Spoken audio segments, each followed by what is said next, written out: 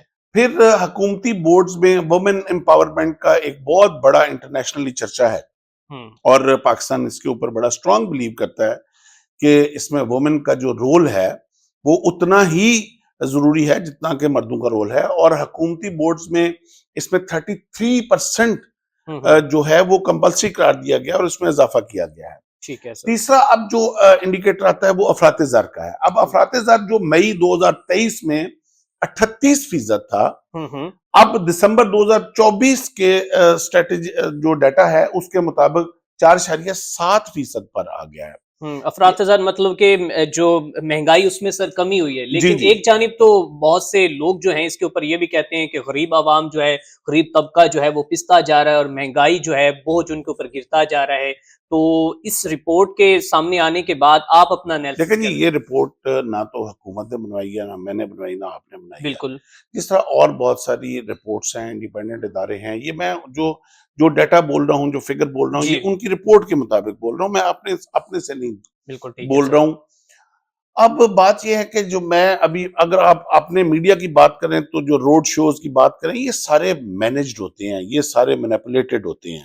آپ 50 بندوں کے جا کے مائک لے کے بچے کھڑے ہو جاتے ہیں, اس میں جس نیریٹو کو انہوں نے سپورٹ کرنا ہوتا ہے اس میں سے کام کے 10 وہ نکال کے اپنے تو اس کو میڈیا پہ یہ پرسپشن بلڈنگ نیگیٹو. سر یہاں تک میں نے سنا ہے کہ جو انتخابی مہم ہے وہ بھی ایک جو کہ نیریٹو کے ذریعے چلائی جاتی ہے کہ کون سے ووٹ جو ہیں وہ, میں اپنے پچھلے ویلاگز میں بھی میں بول چکا ہوں, جو سوشل میڈیا کے اوپر جو ایک بڑی مینجڈ کمپین پاکستان کے خلاف جو لانچ ہوئی ہے, اس کے اوپر کسی دن دوبارہ اللہ کا پروگرام رکھ لیں گے. ابھی میں پھر اسی کارکردگی پہ آتا ہوں. جو زر مبادلہ کے جو ذخائر ہیں وہ 4 وہ میں پہلے ہی سعودی عرب والا $3 ارب کی بات کر چکا ہوں. بالکل سر. اب یہ 4.4 ارب ڈالر سے بڑھ کر ابھی اس وقت 11.37 پر آ گئے ہیں, جو کہ بہت بڑا ایک سال کے اندر بہت بڑا بگ پرفارمنس. بالکل سر. اور سب سے اس میں اہم جو کلائمیٹ چینج کا پوری دنیا کو اس وقت اوزون کا ایشو آیا ہوا اور کلائمیٹ چینج کے اوپر بات ہو رہی ہے, اور پاکستان اس کا آلریڈی بہت بڑا افیکٹو بھی ہے.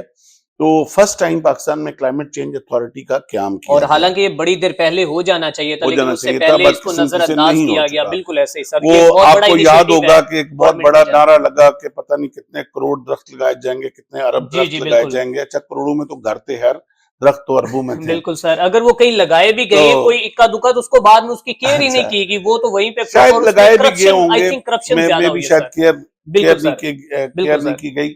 اب اس میں پھر قومی ڈیجیٹل ٹریننگ کا قیام کیا گیا, جس میں یوتھ کو ای بزنس, اور یہ بہت بڑا انیشیٹو تھا. اچھا لاسٹ بٹ ناٹ لیسٹ جو تجارتی خسارہ ہے, اب یہ بہت بڑا ایک کے پی آئی ہے آپ کی گورنمنٹ کی پرفارمنس کو چیک کرنے کے لیے, کہ جو تجارتی خسارہ جو 27.4 ارب ڈالر سے لے کے اب کم ہو کے 17 ارب ڈالر پہ آ گیا.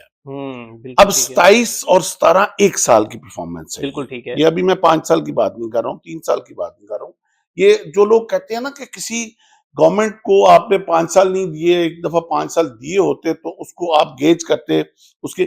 میں کہتا ہوں کہ جن لوگوں نے دعوے کیے تھے کہ ہم 90 دن کے اندر آگے پوری کرپشن ختم کر دیں گے, ہم 90 دن کے آگے پوری اکانومی کو ڈی ٹریک, اور کروڑوں اربوں ڈالرز جو ہیں وہ بیرون ممالک سے پاکستان میں آنے تھے, اور پھر اس کے بعد ہم نے سرخاب کے ہمیں پر لگ جانے تھے, اور ہم نے کتنے ارب کس کے منہ پہ ماریں گے, اور ایسے ایسے ہماری یوتھ کو ایسے ایسے خواب سر دکھائے گئے. تو میں تو خود سوچ رہا تھا کہ ابھی بھائی اب, اور یہ بھی کہا گیا تھا کہ بیرون ملک سے پاکستان میں آ کر جاب کریں گے لوگ, یہاں پر آ کر وہ اپنا رزق ڈھونڈیں گے, تو وہ اور طریقے سے تو لوگ. خیر چلیں سر, یہ میں ٹو بی ویری آنیسٹ میں ابھی کلوزنگ پہ یہی کہنا چاہوں گا کہ ٹو می اس وقت اگر آپ دیکھیں تو اسپیشلی کلائمیٹ چینج اتھارٹی والا اور زر مبادلہ والا, یہ جو اتنا بڑا, پھر اسٹاک ایکسچینج والا, بالکل سر, اس وقت اسٹاک ایکسچینج جو ہے اپنے ہائیسٹ روڈ پہ ٹریک پہ ہے اور ہٹ بالکل. کر رہی ہے. Every day it is coming. اور پاکستان کی تاریخ میں پہلی مرتبہ سر اسٹاک ایکسچینج جو دن بدن بڑھتی جا رہی ہے,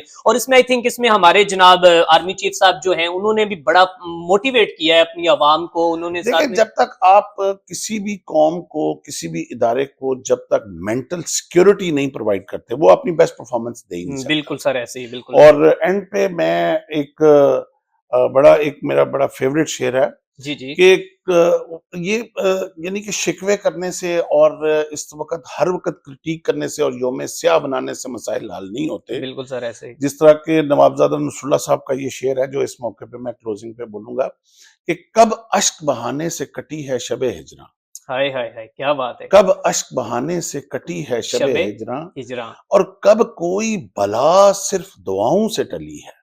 کیا بات ہے, کیا بات یہ ہے. دعاؤں سے مطلب یا ہمیں یوم اس کے لیے سیاہ عملی طور پر یہ حکمت طور عملی یہ کرنی practical پڑے گی, approach اور ہمیں جو ہے وہ تمام جو کام چل رہے ہیں ان کو پس پست ڈال کے یہ Exactly. سیاہ دن ہے اور یہ پاکستان کی ہمیں پوزیٹیوٹی کی طرف جانا چاہیے. جی. تو ناظرین کرام, آج ہمارے ساتھ موجود تھے میجر ریٹائر میسم رضا صاحب. آپ نے ان کی گفتگو سنی, انہوں نے اپنا انالیسس بتایا کہ جو حکومت نے ایک سال کے جو دور اقتدار کے اندر کیا کیا انہوں نے انیشیٹو لیے ہیں اور کیا کیا حکومتی پالیسیز میں کام ہوئے, ہماری معیشت کتنی اسٹرانگ ہوئی ہے اور زیر مماثلہ زیر ذخائر جو اس میں بڑے ہیں, اور ساتھ ہی ساتھ کلائمیٹ چینج کے لیے جو اتھارٹی کا قیام پاکستان کے لیے ایک بہت ہی ایک اچھی اور گڈ نیوز ہے. تو آپ نے وہ سنی, اور ساتھ ہی ساتھ انہوں نے بتایا کہ جو 8 فروری کے حوالے سے جو سیاہ دن منانے والے لوگوں کو ایک بہت اچھا انہوں نے میسج دیا ہے. اسی کے ساتھ ہمیں دیجیے اجازت, اللہ نگہبان.